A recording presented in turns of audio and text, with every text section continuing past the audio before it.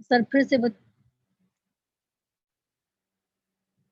चल रही है रिकॉर्डिंग, ठीक है। तो इन दोनों संस्थानों का नाम ध्यान रख लीजिएगा, कौन कौन से। एक निफ्टेम है हरियाणा कुंडली में, और एक है IIFPT तंजावुर तमिलनाडु में। अब सवाल ये है कि भाई किसी को अगर दर्जा मिल जाता है राष्ट्रीय महत्व के संस्थान का, तो उसको क्या खास चीज मिल जाती है, ऐसा क्या खास हो जाता है उसके लिए, ये हमें जानना है। शॉर्ट फिर से बता दीजिए, शॉर्ट में फिर से बता दूं, ऐसा कह रही रजनी आप?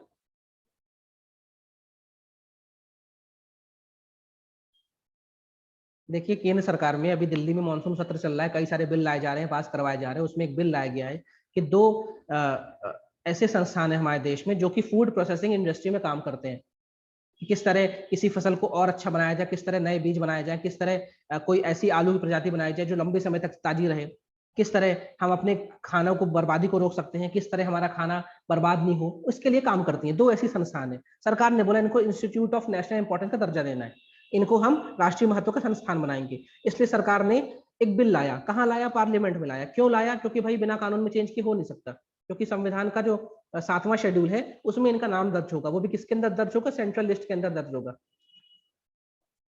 सेंट्रल लिस्ट के अंदर इनका नाम दर्ज होगा।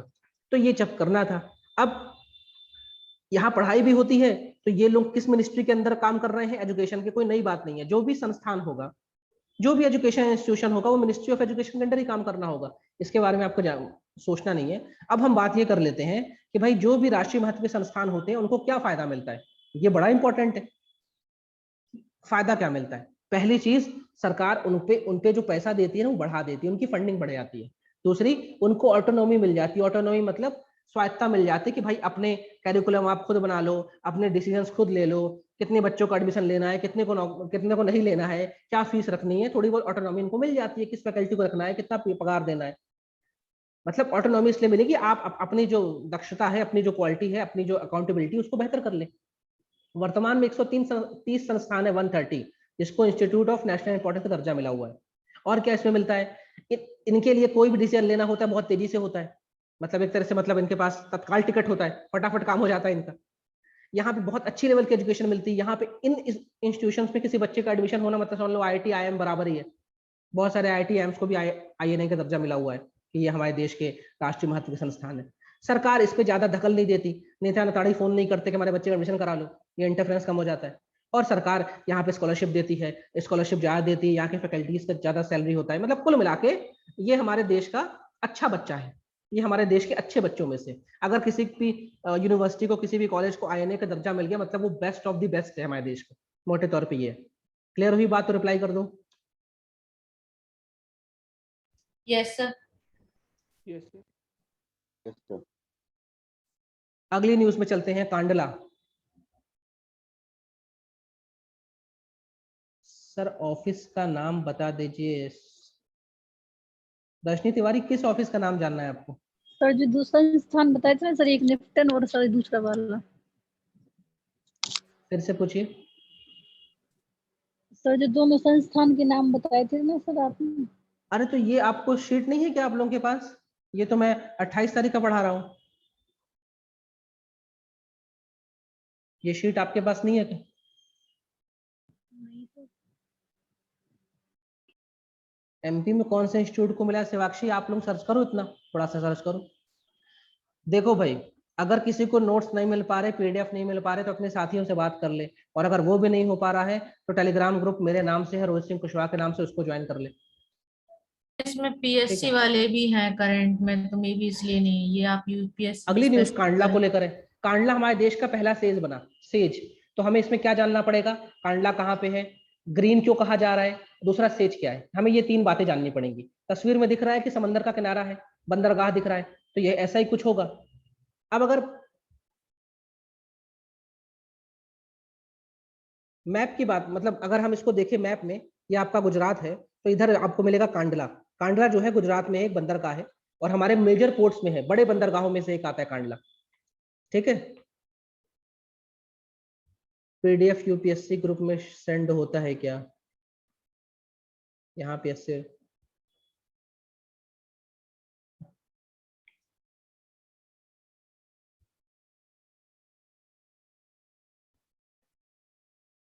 अच्छा लगता है ना बार बार अपना नाम लिखना।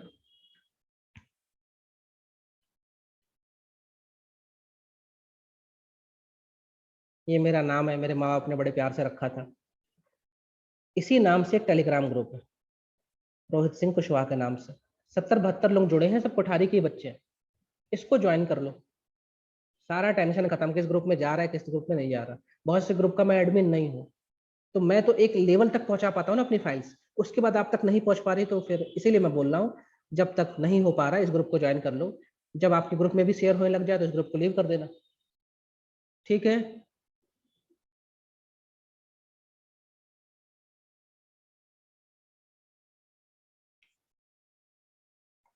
तो हम न्यूज में चलते हैं। इकोनॉमी की न्यूज है, कांडला के बारे में है। ये देश का पहला ग्रीन सेज बना है। तो ऐसा क्या यहाँ पे पेड़ पौधे लगा दिया क्या? ग्रीन मतलब क्या, दूसरा सेज क्या होता है, यही चीज तो हमें जानना है।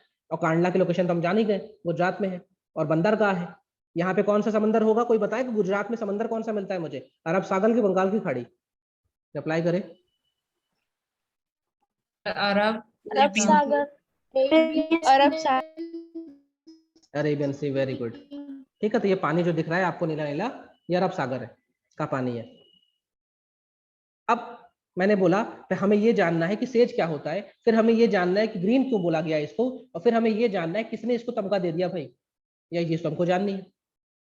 तो पहले हम जान लेते हैं सेज क्या होता है। सेज मतलब होता है स्पेशल इकोनॉमिक जोन, हिंदी में कहते हैं विशेष। ध्यान से सुनना ये 2-5 मिनट, ये वाला जो बात बोल रहा हूँ, विशेष आर्थिक क्षेत्र। ये बहुत ही नया कॉन्सेप्ट है। नया मतलब समझ लो पिछले 50 साल से कॉन्सेप्ट आया है। और सेज का कॉन्सेप्ट हमको मिला है हमारे ही परम मित्र चाइना से।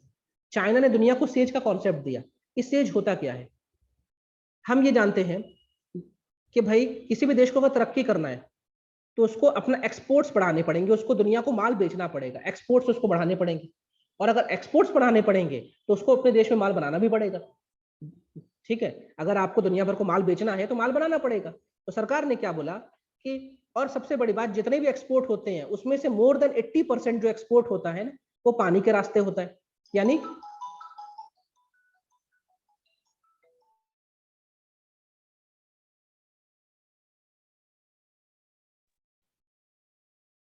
वो पानी के रास्ते होता है।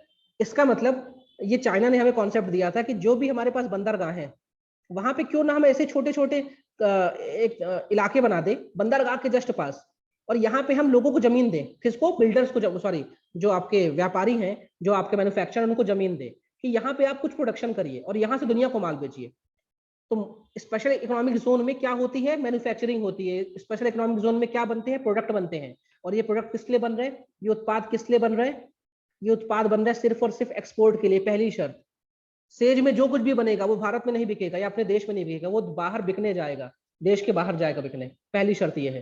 दूसरा, सरकार इन लोगों को, जो भी मैन्युफैक्चर होते हैं, उनको यहाँ पे जमीन देती है, उनको सब्सिडी देती है, उनको पैसा देती है, उनको लोन देती है और सेज बनाती है। जिस देश के पास जितने अच्छे सेज होंगे, जितने ज्यादा सेज होंगे, इसका मतलब उस देश में, उस देश का एक्सपोर्ट उतना अच्छा होगा, वो दुनिया को माल बेच रहा होगा। दुनिया में सबसे ज्यादा सेज किसके पास है? चाइना के पास है। ये हमने चाइना से ही सीखा है। चाइना ने दुनिया को सिखाया सेज का कॉन्सेप्ट। और ध्यान रखिए, सेज में बनने वाली हर एक चीज बाहर जाती है। एमपी में सेज की बात करूं तो पीथमपुर में कुछ इलाके ऐसे सरकार ने तय कर दिए हैं कि जहां पे, जिसको सेज बोला गया है, सेज, पीथमपुर का सेज, यहाँ मतलब वहां पे अगर पेन बन रही है, चाहे मोटरसाइकिल बन रही है, वो भारत में नहीं बिकेगी, वो कहाँ बिकेगी? विदेशों में बिकेगी। तो सेज आपको हर जगह मिल सकते हैं। स्पेशल इकोनॉमिक जोन बंदरगाह के पास मिल सकते हैं, शहरों में मिल सकते हैं, हर जगह सेज मिल सकते हैं। लेकिन जहां भी सेज लिखा रहे, समझ जाना यहाँ जो कुछ भी बनेगा वो विदेश में बिकेगा, भारत में नहीं बिकेगा। और सरकार ने यहाँ पे बहुत सारी सब्सिडी दी है, जमीनें फ्री में दी है, और लोगों को मतलब लोन दिया है कि भाई आप बनाओ, प्रोडक्ट बनाओ और दुनिया को बेचो, जिससे माल आएगा, माल आएगा तो हम अमीर बनेंगे। तो सेज का कॉन्सेप्ट समझ में आया तो रिप्लाई कर दो।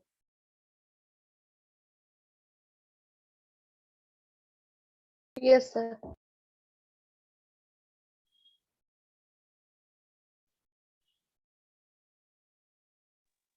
आ गया। तो ये हुआ सेज। तो हमारे देश में बहुत सारे सेज है। मैंने अभी एग्जांपल दिया, पीथमपुर में भी सेज मिलेगा आपको, बहुत जगह सेज मिलेगा। मतलब सेज, अगर आप कहीं बोर्ड मिल रहा है कि ये सेज आपका स्वागत करता है, मतलब दिमाग खुल जाए तुम्हारा कि अब मैं जिस जमीन में जा रहा हूँ, जिस इलाके में घूम रहा हूँ, यहाँ पे बनने वाली हर एक चीज विदेश में बिकेगी, हर एक चीज विदेश में, देश में बनने के लिए नहीं वहां पे सामान बनता है, ठीक है, देश में बिकने के लिए। तो ये चीज सेज के बारे में क्लियर हो गई। तो सेज तो मेरे देश में बहुत सारे हैं, लेकिन इसको ग्रीन क्यों बोला गया, ऐसा क्या कर दिया, इसके पेड़ पौधे लगा दिए क्या यहाँ पे? नहीं, जब भी ग्रीन शब्द आता है एनवायरमेंट की दुनिया में, तो उसका मतलब ये होता है कि यहाँ पे एनवायरमेंट फ्रेंडली काम होता है, यहाँ पे पर्यावरण के अनुकूल काम होता है, एनवायरमेंट फ्रेंडली काम होता है, पर्यावरण के अनुकूल काम होता है। मतलब अगर वहां पे लाइट चल रही, इको फ्रेंडली भी कह सकते हैं। मतलब वहां पे बिल्डिंगें होंगी तो बिल्डिंगों में जो लाइट आ रही होगी वो कम से कम कोयले से बनने वाली बिजली उपयोग कर रहे होंगे, ज्यादा से ज्यादा वहां पे सोलर यूज कर रहे होंगे, विंड यूज कर रहे होंगे। वहां पे लोगों के लिए कार अलाउ नहीं होगी, या होगी भी तो इलेक्ट्रिक कार होगी, बाकी सबको साइकिल दी गई चलने के लिए, ठीक है। वहां पे जो वेस्ट निकल रहा होगा उस वेस्ट को वापस रिसाइकल कर रहे होंगे। कुल मिला के पर्यावरण को हम अच्छा बना रहे हैं। तो ये जो कांडला है, यहाँ पे जो कुछ भी एक्टिविटीज हो रही हैं, चाहे वो इलेक्ट्रिसिटी का उपयोग हो, चाहे वहां पे वेस्ट डिस्पोज करने की बात आ रही हो, चाहे वहां का ट्रांसपोर्ट की बात आ रही हो, इसने ऐसा किया कांडला में कि हमारे यहाँ जो कुछ भी काम हो रहा है, जो कुछ भी, चाहे उत्पाद बनाने में हम बिजली का उपयोग कर रहे हैं, चाहे लोग घूम रहे हैं, मोबाइल चला रहे हैं, कुछ भी कर रहे हैं, कांडला में आप जाएंगे तो वहां पे जो भी एनर्जी नीड्स है, जो भी एनर्जी नीड्स है, वो कैसे हम प्राप्त कर रहे हैं, अक्षय ऊर्जा से प्राप्त कर रहे हैं। और दूसरा, जितना ये कार्बन निकाल भी रहे हैं उतने इनके पास पेड़ भी होंगे। मान लो ये 50 टन कार्बन निकाल रहे हैं तो 50 टन सूखने के लिए इनके पास पेड़ भी होंगे। इसे कहते हैं कार्बन न्यूट्रल। कार्बन न्यूट्रल कि जितना मैं कार्बन निकाल रहा हूं उतना मैंने पेड़ लगाए हैं कि वो कार्बन, वो जो मेरा निकाला हुआ कार्बन है वो पेड़ सूख ले। इसे कहते हैं कार्बन न्यूट्रल। तो से ये कांडला ऐसा बन गया, मतलब वहां पे आप जाएंगे तो वहां की जो एनर्जी जो हो रही होगी वो अक्षय ऊर्जा यानी रिन्यूएबल सोर्सेस से आ रही होगी, विंड से आ रही होगी, हाइडल से आ रही होगी, सोलर से आ रही होगी। वहां पे गाड़ियां इलेक्ट्रिक यूज कर रहे होंगे, जो भी वो कर रहे होंगे। और लेकिन ये देता कौन है दर्जा? ऐसे तो हर कोई अपने आप को बोल दे। तो एक बकायदा संस्था बनाई गई, इसका नाम है Indian green building council. Green building council. और ये तमगा देती है। आपका भी कोई घर है, आपकी भी कोई मल्टी, और आपने अपने घर में ऐसी व्यवस्था की है कि आप जो बिजली उपयोग कर रहे हैं वो सोलर से आ रही है, विंड से आ रही है, या हाइडल से आ रही है, या बायोमास से आ रही, आप बकायदा आवेदन लगाइए, आपको सर्टिफिकेट देगा, क्योंकि इसके नाम में बिल्डिंग लगा हुआ है। मोटे तौर पर ये फोकस करता है जो भी बिल्डिंग है, जो भी निर्माण है, वहां पे जो एनर्जी यूज हो रही है वो कैसे बन रही है, क्या कोयले से बनने वाली बिजली यूज कर रहा है कि सोलर से बनने वाली बिजली यूज कर रहा है, फिर ये तमगा देता है। तो इतना ध्यान रखिएगा, जो भी ग्रीन रेटिंग मिलती है कि भाई ये ग्रीन, जैसे एक हमारे पास इंटरनेशनल एयरपोर्ट है कोची। कोई बताएगा कोची किस राज्य में पड़ता है? कोची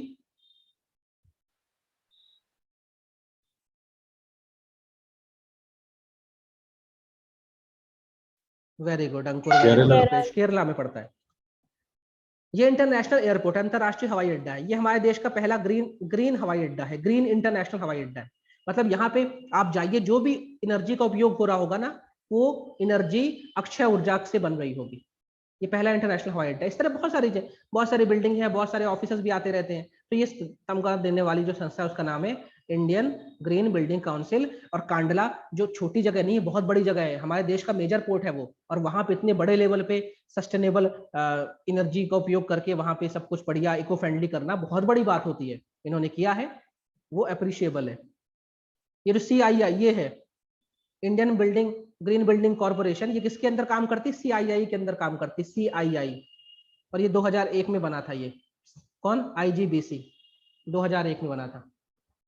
ठीक है, तो इतना आपको डीप में नहीं घुसना है। मतलब मोटे तौर पे ये देखो, हमारी सरकार ने एक विजन निकाला था कि हम 2022 तक 175 गीगावाट बिजली बनाएंगे, ये विजन निकाला था। तो हम भाई इस विजन पे काम कर रहे हैं ना। इंटरनेशनल सोलर अलायंस, अंतरराष्ट्रीय सौर गठबंधन का मुख्यालय भारत में है, गुड़गांव में। तो हम काम कर रहे हैं, दुनिया अप्रिशिएट करती है, भारत कर रहा है काम, हर जगह कर रहा है। आप भी देखो, सरकार, जैसे मैं जिस डिपार्टमेंट हूँ, सरकारी डिपार्टमेंट है, वहां पे सबको इलेक्ट्रिक व्हीकल मिले हुए हैं, इलेक्ट्रिक गाड़ी चलाइए, सरकारी गाड़ी खींच के इलेक्ट्रिक दी जा रही। क्यों? हमें अब बिजली वो उपयोग करनी है जो कि अक्षय ऊर्जा से आ रही है, क्योंकि हमें अपने पर्यावरण को बचाना है। ठीक है, ये सारी यहाँ पे सब बातें लिखी हुई है कि सरकार, खासकर सरकार के लेवल पे, सरकारी बिल्डिंगों में, सरकारी ऑफिस में, स्टेट लिखा है ना, स्टेट गवर्नमेंट, सेंट्रल गवर्नमेंट की बिल्डिंगों में ये सब कंपलसरी हो गया है। AC OC बंद हो गया है, AC का उपयोग कम से कम करना है। जो बिल्डिंग्स है वहां पे दीवार कम से कम है, कांच ज्यादा लगा दिए गए हैं कि जो सूरज की रोशनी वो अंदर तक आए, जिससे इनको क्या जरूरत ना पड़े, दिन में लाइट की जरूरत ना पड़े। ये सारी बात है इसमें।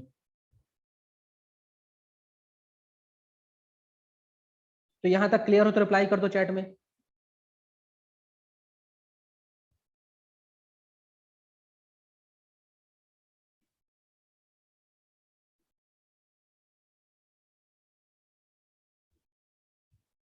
अब नॉर्थ Yes, ईस्ट को sir. लेकर फिर से न्यूज आ गई, आएगी 2-4 दिन तक ना, नॉर्थ ईस्ट को लेकर बहुत सारी न्यूज आती रहेगी। पूछो क्यों? कल हमने पढ़ा था कि इसरो ने एक स्पेस एक्सीलेंस सेंटर बना दिया है, क्योंकि मंत्री जी पहुंचे हुए, तो मंत्री जी एक के बाद एक बहुत सारी घोषणाएं करेंगे, हर विभाग का मंत्री पहुंचा हुआ है। क्योंकि हमारा जो विजन ये है कि हमारा जो नॉर्थ ईस्ट है ये विकास में बहुत पीछे रह गया है, ये बहुत पीछे रह गया है। यहाँ पे ना सड़कें ढंग की है, ना एयरपोर्ट तो बहुत कम है, रेलवे लाइन ढंग से नहीं डली हुई है, यहाँ कोई बड़ी यूनिवर्सिटीज नहीं है, यहाँ पे बच्चों का, यहाँ नॉर्थ ईस्ट हमें बहुत सारे खिलाड़ी तो देता है। आप देखिए मैरी कॉम देखिए, मीराबाई चानू देखिए, सब नॉर्थ ईस्ट से आती हैं, लेकिन विकास वहां नहीं पहुंच पाया। तो सरकार फुल मूड में है, मोदी गवर्नमेंट जब से आई तब से मूड में है कि नॉर्थ ईस्ट का विकास उसको करना है, मूड में तो है ही है, इसलिए एक के बाद बहुत सारी चीजें यहाँ बन रही हैं। अब आज की न्यूज में आ गया, सरकार ने सेंटर ऑफ एक्सीलेंस खोला है। सेंटर ऑफ एक्सीलेंस मतलब मोटे तौर पे एक ऐसी मॉडल बिल्डिंग बनाई है, एक ऐसी मॉडल बिल्डिंग बनाई है जो टेक्नोलॉजी से लैस है। जब मैं टेक्नोलॉजी बोलूँ तो हर तरह की टेक्नोलॉजी से लैस है। वहाँ बहुत अच्छी इंटरनेट स्पीड का इंटरनेट मिलेगा, वहाँ पे इस तरह के वेबिनार हो सकते हैं, वहाँ पे कॉन्फ्रेंस रूम होगा, वहाँ पे दिल्ली से सीधे कनेक्टिविटी होगी, मतलब स्टेट ऑफ द आर्ट, मतलब जिसको कहते हैं मॉडल, कि जो दिल्ली का विकास है, जो दिल्ली में आपको सुविधाएं मिलती हैं सरकारी बिल्डिंग में, वैसी हम आपको दे रहे हैं। तो ये नॉर्थ ईस्ट में खोला गया है, और कहाँ खोला गया है? अरुणाचल प्रदेश में। तो ये ज्यादा इंपॉर्टेंट नहीं है कि क्या खोला गया, बस ये जानिए कि सरकार का मूड है, मोदी गवर्नमेंट मूड में बैठी है कि हमें नॉर्थ ईस्ट का डेवलपमेंट करना है, इसलिए बहुत सारी न्यूज आपको मिलती रहेगी, बहुत सारी न्यूज मिलती रहेगी। तो अभी जो सेंटर ऑफ एक्सीलेंस खोला गया है, ये डिपार्टमेंट ऑफ बायोटेक्नोलॉजी ने खोला हुआ है, जो कि ministry of science and technology के अंतर्गत आती है। और वो जो व्यक्ति आप देख रहे थे उनका नाम था जितेंद्र सिंह, और जितेंद्र सिंह जो है वो ministry of science and technology के राज्य मंत्री भी है। ठीक है, तो ठीक ठाक है, काम चल रहा है, बस इतना जानो अरुणाचल प्रदेश में खुला है। और लेकिन हमने कल की क्लास में जो देखा था कि इसरो ने अपना जो सेंटर खोला है, स्पेस सेंटर खोला है, वो कहाँ खोला था? मेघालय की राजधानी शिलोंग में। पूरे साल मिलेगा आपको नॉर्थ ईस्ट से लेकर कोई ना कोई न्यूज। और नॉर्थ ईस्ट को जानने के लिए आपको जानना चाहिए कि नॉर्थ ईस्ट असल में ऐसा क्यों है, वहां पे इतने सारे राज्य क्यों बने, वहां का इतिहास क्या है। तो कभी मौका मिलेगा तो मैं नॉर्थ ईस्ट का पूरा इतिहास आपको बता दूंगा, या फिर कभी कोई न्यूज आ जाएगी करंट अफेयर्स में तो मैं पूरा बता दूंगा कि कैसे मणिपुर बना, कैसे मेघालय बना, कैसे क्या हुआ। ठीक है, अगली जो न्यूज है वो है स्टील स्क्रैप रिसाइकलिंग पॉलिसी के बारे में। कल भी हमने स्टील के बारे में एक न्यूज पढ़ी थी कि सरकार जो पीएलआई स्कीम है उसके तहत जो सुपीरियर स्टील है उसमें पीएलआई स्कीम को क्लब कर रही है। क्या थी पीएलआई, अपन देख लिया था। आज ये स्टील स्क्रैप रिसाइकलिंग पॉलिसी है। मोटे तौर पे सरकार कहना क्या चाह रही है? जैसे साफ बात नहीं है कि सर इतनी मोटी मोटी बात मत बोलो, बोलो हो क्या रहा है। ये एक डब्बा दिख रहा है, कचड़े का डब्बा है। कचड़े के डब्बे में क्या है? ये स्क्रैप का डब्बा है। स्क्रैप को मोटे तौर पे कबाड़ बोल सकते, क्या बोल सकते? कबाड़। तो सरकार का ये कहना है कि भैया बहुत लोगों के पास स्टील होता है, स्टील के तार होते हैं, स्टील के बहुत सारे सामान होते हैं, वो कहीं भी फेंक देते हैं, कचड़े की गाड़ी में आके फेंक देते हैं। लेकिन एक्चुअल में इसको जहां जाना चाहिए वहां जाता नहीं है। भाई आपने स्टील कहीं भी फेंक दिया, वो जमीन के अंदर पड़ा है, जंग तो लगेगा नहीं, खराब होगा नहीं, सालों साल पड़ा हुआ है। लेकिन अगर ये स्टील का जो कबाड़ है ये एक निश्चित स्थान में अगर रखा जाए, बाद में इसको सरकार उठा ले, इसको फिर से रिसाइकल कर दे और इसका फिर से पुनः इसका उपयोग कर ले तो अच्छा होगा। तो सरकार ने एक पॉलिसी बनाई है कि जो स्टील है उसका स्क्रैप जो भी है, सरकार ने पॉलिसी बनाई है। पॉलिसी बनाई है, अभी इम्प्लीमेंट होगी, सक्सेस होगी नहीं होगी भगवान मालिक, लेकिन बनाई ये है कि हम स्टीलों का संग्रहण करेंगे। तो हो सकता है कल को नगर निगम की गाड़ी में आपको एक डिब्बा और दिख जाए, इसमें लिखा हो स्टील का सामान हो इसमें डालो, हो सकता है, मे बी पॉसिबल, क्योंकि सरकार ने स्टील स्क्रैप पॉलिसी निकाली है कि हमें सारा इसकी स्टील का जो कबाड़ है वो एक जगह चाहिए, हम नहीं चाहते कि स्टील कहीं भी पड़ा रहे। तो ये ब्रीफिंग क्लियर हुई तो रिप्लाई कर दो। Yes, sir.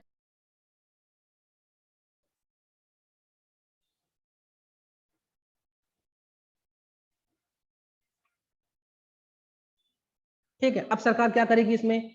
राज्य सरकारों से बात करेगी, फिर राज्य सरकार किससे बात करेगी? नगर निगम से बात करेगी, फिर नगर निगम वाला अपने लोगों से बात करेगा, फिर बोलेंगे क्या एक नया डिब्बा लगा दे क्या? फिर हो सकता है आपको बैगनी डिब्बा, नारंगी डिब्बा दिख जाए, उसमें लिखा हो स्टील का चीज इसमें डालिए। तो जब डलेगा तब देखेंगे। बस ये जान लो सरकार ने एक पॉलिसी लाई है और अभी ये राज्य सरकारों से बात करेगी कि यार ऐसा कर सकते हैं क्या, फिजिबल है क्या, स्टील इकट्ठा हो जाएगा क्या, वो देखेंगे। लाई थी, अपन ने बात कर ली कि सरकार के दिमाग में है ऐसा, क्योंकि अभी भी हम जो स्टील बनाते हैं ना, हमने कल बताया था, स्टील बनाने के लिए हमको क्या क्या चाहिए। स्टील बनाने के लिए हमको कार्बन चाहिए, स्टील बनाने के लिए हमको आयरन चाहिए, स्टील बनाने के लिए हमको आयरन मतलब Fe होता है, और स्टील बनाने के लिए हमें निकल चाहिए। तो ये सब चीज़ हमको चाहिए, इससे हम स्टील बनाते हैं। और सबसे बड़ी बात, ये जो कार्बन है और इसको जलाते हैं, कोयले से जलाते हैं, यही जो मैंने कार्बन लिखा है, जलाते हैं, और फिर इससे क्या होता है, पॉल्यूशन होता है। क्या होता है, पॉल्यूशन। और हम पूरे इलेक्शन में यही तो बात कर रहे हैं कि प्रदूषण को कम करना है, कम करना है। सरकार ने सोचा जो स्टील पहले से है क्यों ना उसको रिसाइकिल किया जाए। अच्छी सोच है, जब इम्प्लीमेंट होगी तब देखेंगे।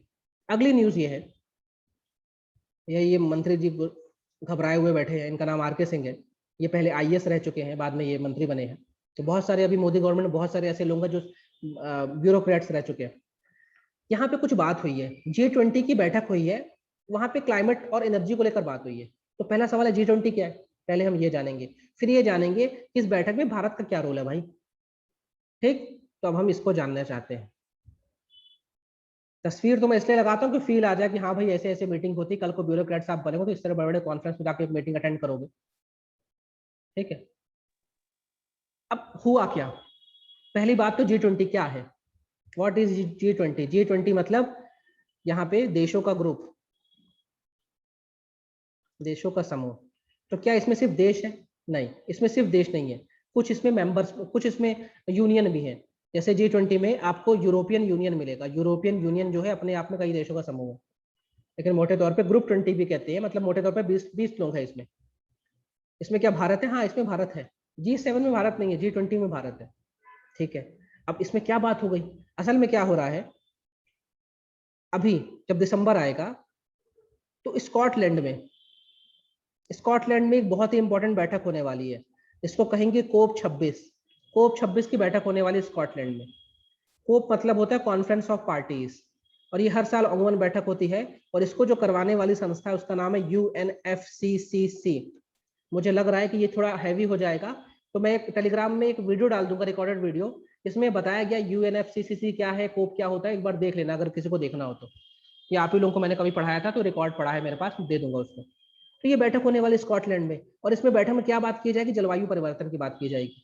जलवायु परिवर्तन क्या है आप लोग जानते ही होंगे, कहीं ओले पड़ रहे, कहीं भूकंप आ रहा है, कहीं पे बताइए भूस्खलन हो गया है, लोग लापता हो जा रहे हैं, ये जर्मनी में बाढ़ आई पड़ी। ये है क्लाइमेट चेंज, कि जहां जो होना था वो हो ही नहीं रहा है, बारिश होनी तो होती नहीं है, बाढ़ आ जाती है।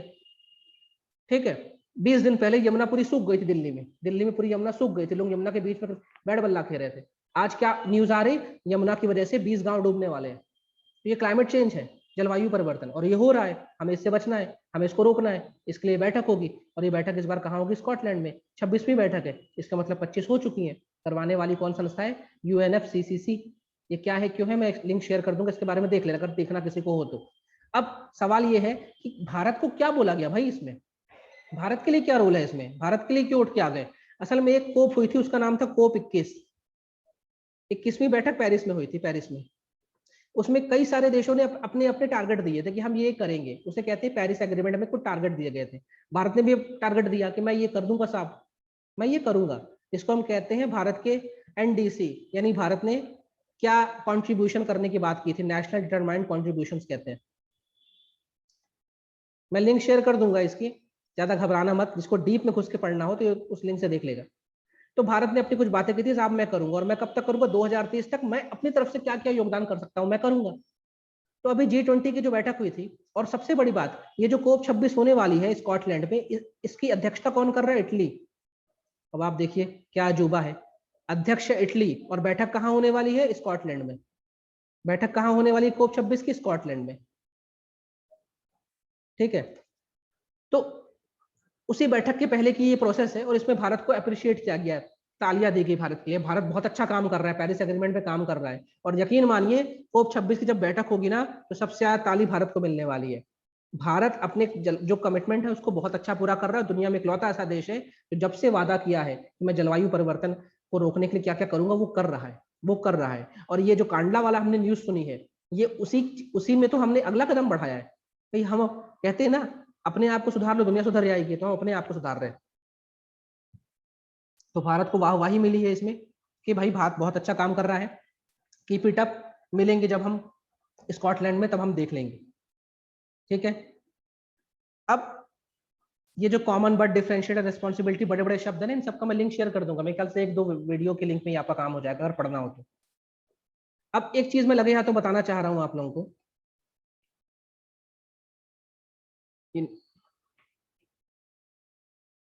ध्यान से सुनना इस चीज को, बहुत कंफ्यूजन होता है लोगों को। एक देश है उसको कहते हैं इंग्लैंड। क्या कहते हैं? इंग्लैंड। एक इसी के साथ एक हिस्सा आता है उसे कहते हैं वेल्स, और इसके ऊपर एक हिस्सा आता है उसे कहते हैं स्कॉटलैंड। ठीक। जब इन तीनों को रखते हैं साथ में तब हम उसको कहते हैं ग्रेट ब्रिटेन। जब इन तीनों को साथ में रखते हैं तब उसे कहते हैं ग्रेट ब्रिटेन। इन तीनों को साथ में रखा। अब आयरलैंड नाम का एक देश है, उसके 2 हिस्से हैं। आयरलैंड नाम के 2 हिस्से, एक तो है नॉर्दर्न आयरलैंड और एक है नॉर्मल आयरलैंड। जब ये चारों को एक साथ रखते हैं, इन चारों को, मतलब Northern Ireland, Scotland, England, Wales, तब इसको कहते हैं यूनाइटेड किंगडम।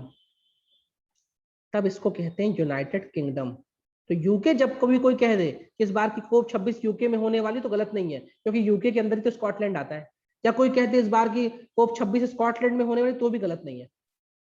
तो ग्रेट ब्रिटेन जब इन तीनों को लूंगा तो सिर्फ बोलूंगा ग्रेट ब्रिटेन, लेकिन जब नॉर्दर्न आयरलैंड को भी ले लूंगा तब मैं बोलूंगा this is called United kingdom. ये क्लियर हो गया तो अप्लाई कर दो। Yes sir.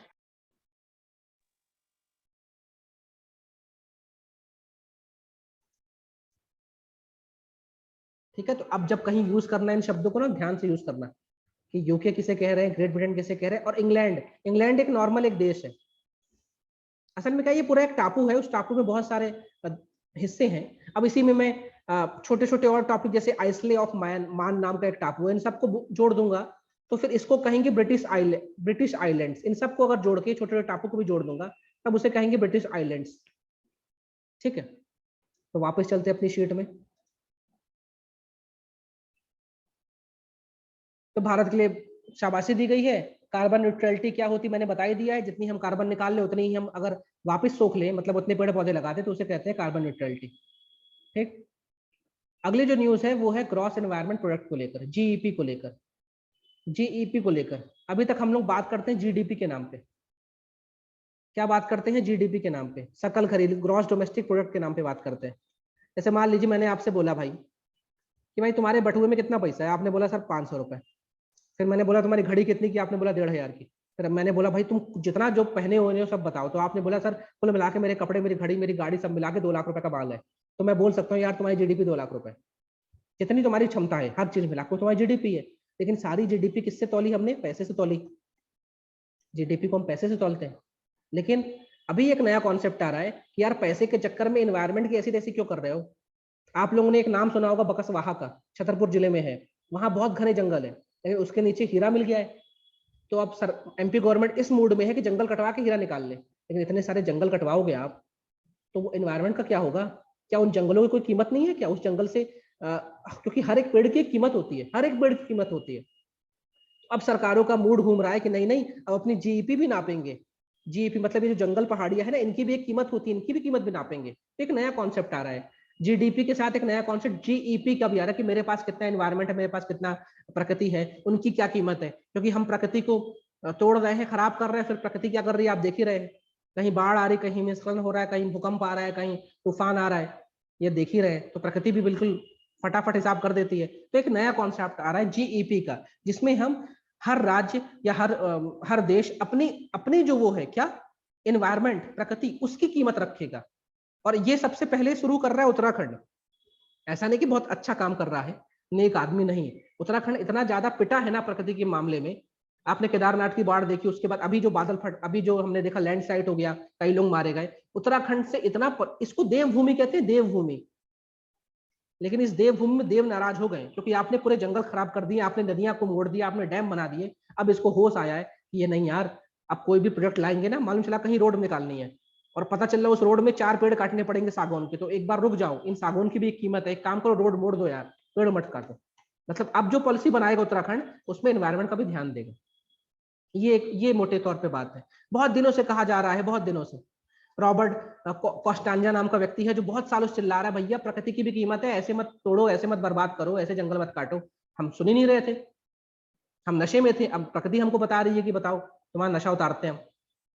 और भूटान जैसे देश की बात करें, भूटान जो है, भूटान अपने देश की जो वो अपने देश की जो कीमत है वो जीडीपी में नहीं नापता। भूटान अपने देश की कीमत जीएनएच पे नापता है, जीएनएच पे, यानी मेरा देश कितना खुश है, खुशहाली सूचकांक निकालता है। और खुश हम कैसे होंगे? आपके पास घर है, बंगला है, गाड़ी है, लेकिन अच्छी हवा नहीं है, मास्क लगा के घूम रहे हो, तो आप खुश हो क्या? लेकिन आपके पास ठीक है बंगला गाड़ी नहीं है, लेकिन खाने को रोटी, अच्छा घर है, आसपास पेड़ है, नदियां हैं, पानी है, साफ है, तो आप खुश नहीं रहोगे? तो अगर हम प्रकृति को बचा लेंगे तो हम खुश रहेंगे, हमारी प्रकृति अच्छी रहेगी, हमारी पीढ़ियां अच्छी रहेंगी। इस सब का अब इनको भान हो रहा है, अब इनको एहसास हो रहा है कि नया नया कॉन्सेप्ट आ रहा है। चिल्ला बहुत दिनों से हम रहे हैं। भूटान तो पूरा देश अपने, भूटान जो देश है ना, अपने यहाँ के एनवायरनमेंट को बहुत ज्यादा मानता है, बहुत ज्यादा मानता है एनवायरनमेंट। कोई भी मतलब कोई भी डेवलपमेंट काम करेगा पहले चेक कर लेगा इससे क्या प्रकृति को नुकसान हो रहा है। अगर हो रहा है तो उस प्लान को चेंज कर देता है कि दूसरे तरीके से करेंगे भाई, लेकिन प्रकृति को नुकसान नहीं करता भूटान। और क्यों कर रहा है उत्तराखंड, ये आप समझ ही गए होंगे। पहले तो नदियां बहुत सारी हैं यहाँ पे, बहुत सारे जिसे कहते हैं टाइगर रिजर्व्स हैं यहाँ पे, बहुत सारे देवभूमि भी हैं। और सबसे बड़ी बात, आप हिमालयन बेल्ट हो यार, हिमालय इतना, हिमालय ने एक नया माउंटेन है, न्यू माउंटेन है, ये नया नया माउंटेन है। यहाँ पे टेक्टोनिक प्लेट्स हैं, बहुत सारा अस्थिर है अंदर से, हिमालय हिलता डुलता रहता है, डांस करता रहता है। और जब वो हिलता है तो पत्थर गिरते हैं, बोल्डर गिरते हैं, फिर लोग मर जाते हैं नदियों में। हमने हर मतलब मैं तो कह रहा हूँ हर 4 महीने में उत्तराखंड में कोई ना कोई त्रासदी आ रही, इसलिए उत्तराखंड को समझ में आया कि भाई कुछ ना कुछ करना पड़ेगा। तो ये न्यूज क्लियर हो तो रिप्लाई कर दो।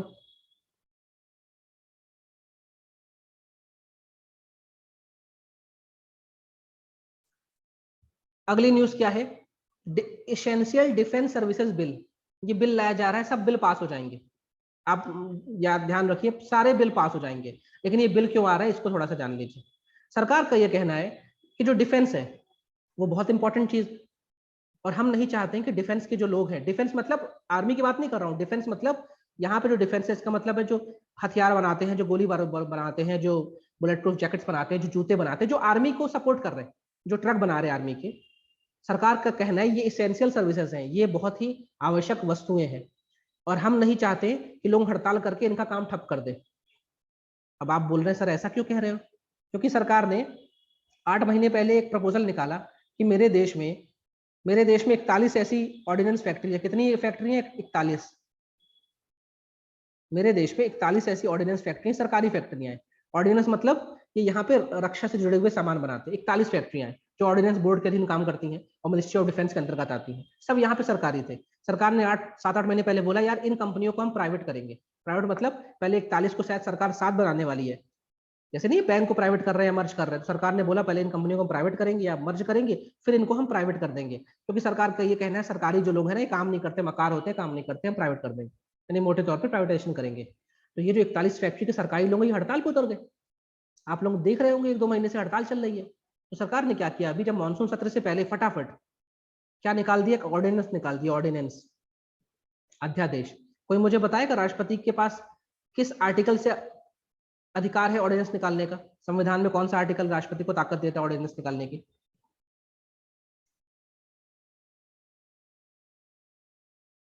वेरी गुड अंकुर, वेरी गुड रुपेश, 123। रोहित ने भी सही जवाब दिया। तो ऑर्डिनेंस कब निकाला जाता है? चंचल, प्रतीक्षा, बहुत बढ़िया, बहुत बढ़िया, पढ़े लिखे बच्चे पढ़ रहे हैं मुझसे, बढ़िया। तो ऑर्डिनेंस कब निकालते हैं, अध्यादेश कब निकालते हैं? ये तब निकाला जाता है जब संसद सत्र में ना हो, तब निकाला जाता है।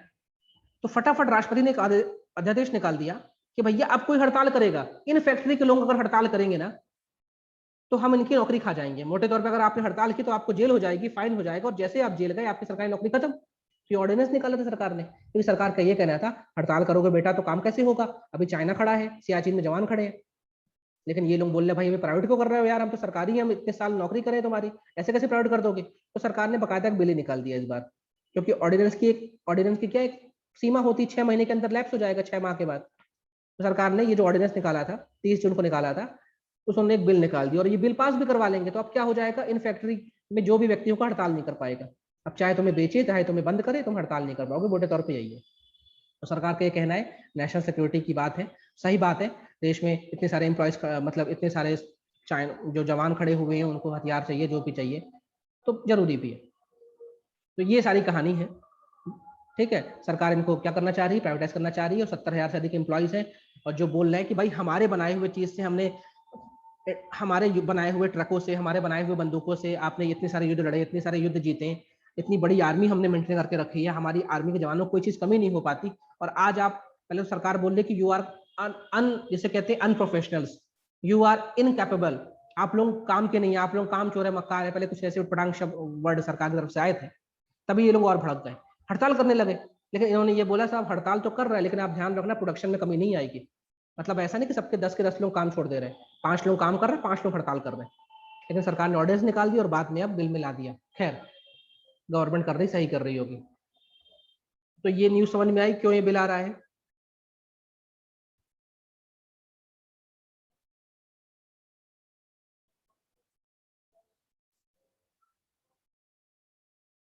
और ध्यान रखो जो भी बिल आ रहा है ना, सब एक्ट बन जाएंगे।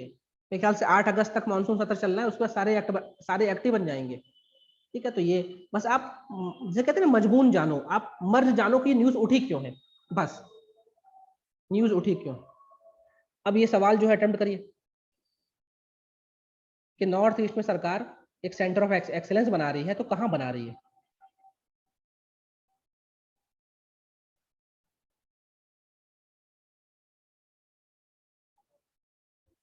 डी नहीं भाई, डी किसने जवाब दे दिया? अरुणाचल प्रदेश। ठीक है, अरुणाचल बना रही है, अरुणाचल प्रदेश में।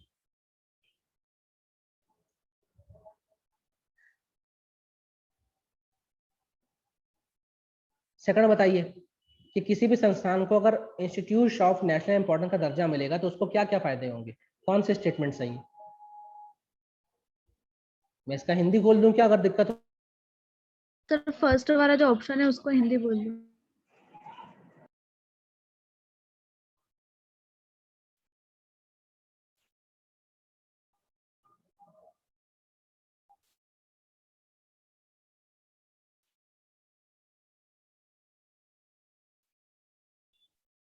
ठीक है, इसमें दोनों स्टेटमेंट सही है।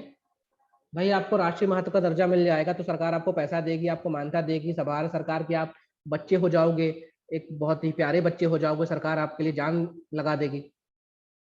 दूसरा स्टेटमेंट ये है कि भाई किसी भी संस्थान को राष्ट्रीय महत्व का दर्जा दिलाने के लिए पहले भारत के संविधान की 7वीं अनुसूची में उसको दर्ज कराना पड़ता है, क्योंकि 7वीं अनुसूची में जो केंद्रीय सूची है, सेंट्रल लिस्ट, उसमें उसका नाम दर्ज कराना पड़ता है। ठीक है, तो both statements are right. Rajaji tiger reserve कहाँ स्थित है?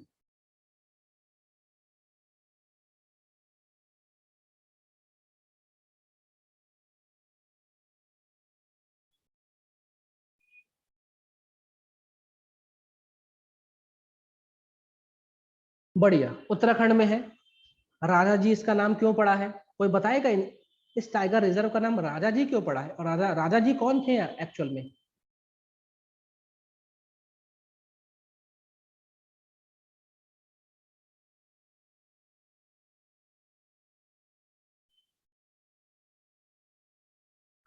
CR राजगोपालाचारी, इनका दूसरा नाम है चक्रवर्ती राजा जी, उन्हीं के नाम से राजा जी का नाम पड़ा है। ये हमारे देश आजाद भारत के पहले भारतीय गवर्नर जनरल थे, C राजगोपालाचारी। गांधी जी के समधी भी थे, समधी मतलब रिश्ता था। गांधी जी के कंसाइंस कीपर भी थे, गांधी जी को जब कोई दुविधा होती थी कि भाई ये फैसला मैं लूं कि नहीं लूं, तो राजा जी से कंसल्ट करते थे। ठीक है, तो राजा जी जो टाइगर रिजर्व है ये कहाँ पे? उत्तराखंड में। उत्तराखंड में एक और टाइगर रिजर्व, इसका नाम है जिम कॉर्बेट राष्ट्रीय उद्यान, और ये हमारे देश का पहला टाइगर रिजर्व, पहला फर्स्ट टाइगर रिजर्व। ठीक है, अभी 29 तारीख का जब मैं पढ़ाऊंगा ना, तब 29 तारीख को टाइगर का दिन आ रहेगा तो हम बता देंगे। लेकिन ये है कि कल मेरी क्लास नहीं रहेगी। ठीक है, वैसे रखनी थी मुझे क्लास, लेकिन अभी मुझे